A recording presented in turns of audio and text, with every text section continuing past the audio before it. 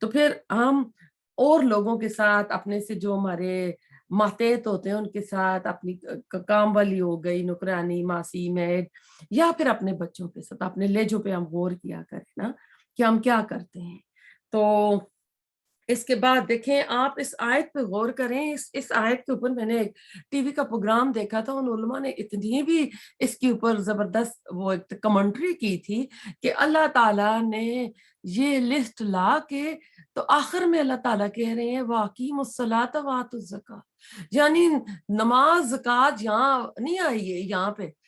لا تعبدون الا اللہ واقیموا الصلاۃ وآتوا الزکاۃ اس طرح نہیں ہوئی ہے، بلکہ وہ بالوالدین احسانا، یہ سارا گزر کے تو پھر آ رہا ہے، یعنی یہ چیزیں پہلے آئیں گی پھر نماز اور زکوٰۃ آئے گی۔ اگر بندہ ان چیزوں میں فیل ہو جاتا ہے، زکوٰۃ بھی دے رہا ہے، نماز بھی پڑھ رہا ہے، اللہ کے حق ادا کر رہا ہے نا، تو قیامت کے دن کیا ہوگا نا، حقوق العباد کا بھی امتحان ہوگا اور حقوق اللہ کا بھی ہوگا۔ اور حقوق اللہ کے بارے میں آتا ہے کہ اللہ تعالیٰ اپنے حقوق تو معاف کر دے گا، لیکن بندوں کے حقوق ہم خود جا کر ان سے معاف کرانے پڑیں گے۔ میں کئی بار یہ حدیث ریپیٹ کر چکی ہوں، میرے اسٹوڈنٹس کو زبانی یاد ہوگی کہ رسول اللہ صلی اللہ علیہ وسلم نے پوچھا کہ قیامت کے دن کون مفلس ہوگا، تو انہوں نے فرمایا کہ اللہ کا رسول اور اللہ جانتے، تو آپ نے فرمایا ایک بندہ بہت نیکیاں، یعنی آپ ساری لے لیں کیٹیگریز نیکیوں کی، لیکن اس کے آگے لوگوں کی لائن لگی ہوگی، کسی کا حق مارا، کسی کے ذمہ کوئی تہمت لگائی، جھوٹ بولا اور چغلی کی، غیبت کی، کسی نے منع کیا تھا یہ بات نہیں کرنا، وہ کی، تب وہ لوگ حق لینے کے لیے کھڑے ہوں گے، تو کیا ہوگا کہ اس کو اپنی نیکیاں دینی پڑیں گی۔ پھر ایک وقت ایسا آئے گا فرشتے کہیں گے اس کی نیکیاں تو ختم ہو گئی ہیں، تو اللہ تعالیٰ کی طرف سے حکم ہوگا کہ ان لوگوں کے گناہ اس پہ لاد دو۔ پھر وہ بندہ نا یعنی بینکرپٹ ہو جائے گا، مفلس، غریب، قیامت کے دن وہ قیامت میں پھینکا جائے گا۔ اللہم لا تجعلنا منہم۔ ایک امام ہے، وہ کہتے ہیں کہ اگر کسی کی آپ نے غیبت کرنی ہے نا، کوئی بات کرنی تو اپنی ماں کی کریں، کیونکہ آپ کی نیکیوں کی زیادہ حقدار آپ کی اپنی والدہ ہے۔ آپ چاہیں گے اتنی سردی میں اٹھیں، آپ نمازیں پڑھیں، تہجد پڑھیں، اور کوئی بیماری میں اٹھ کے پڑھ رہا ہے، حج عمرہ کتنا مشکل ہو گیا، کتنا مہنگا ہو گیا ہے، اور آپ چاہیں گے کہ قیامت کے دن وہاں لوگ کھڑے اور آپ سے آپ کا حج بھی لے لیں، آپ کا عمرہ بھی لے لیں، آپ کے تہجد بھی لے لیں، آپ کی زکوٰۃ اور صدقہ بھی لے لیں، ہم تو نہیں چاہیں گے نا۔ تو اس لیے کوشش کیا کریں کہ ان باتوں سے ہم بچ کر رہے ہیں۔ پھر اللہ تعالیٰ کہہ رہے ہیں کہ کیا کرو، نماز قائم کرو۔ نماز اچھی کب ہوتی ہے؟ جب اللہ سے تعلق اچھا ہوتا ہے۔ زکوٰۃ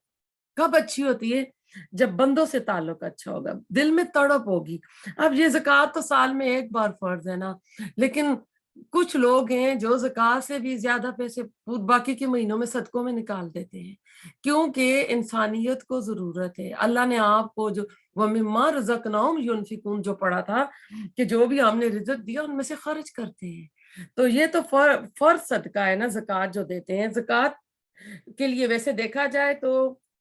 قرآن میں اللہ تعالیٰ نے صدقے کا لفظ یوز کیا ہے۔ سورۃ توبہ کی آیت نمبر میرے خیال سے 60 یا 61 میں انما الصدقات للفقراء،